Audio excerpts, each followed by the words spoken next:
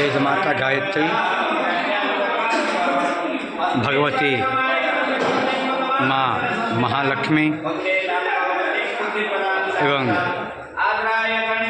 माँ सरस्वती का विग्रह।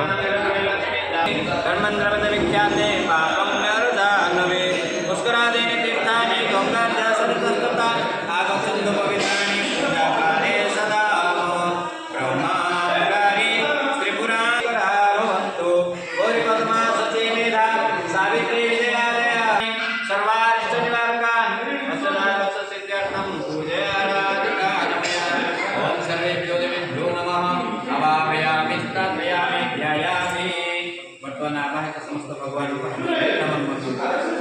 ओम सिद्धि बुद्धि सहिताय श्रीमन् महागणाधिपतये नमः। ओम लक्ष्मी नारायणाभ्यां नमः। ओम उमा महेश्वराभ्यां नमः। ओम वाणीभ्यां नमः।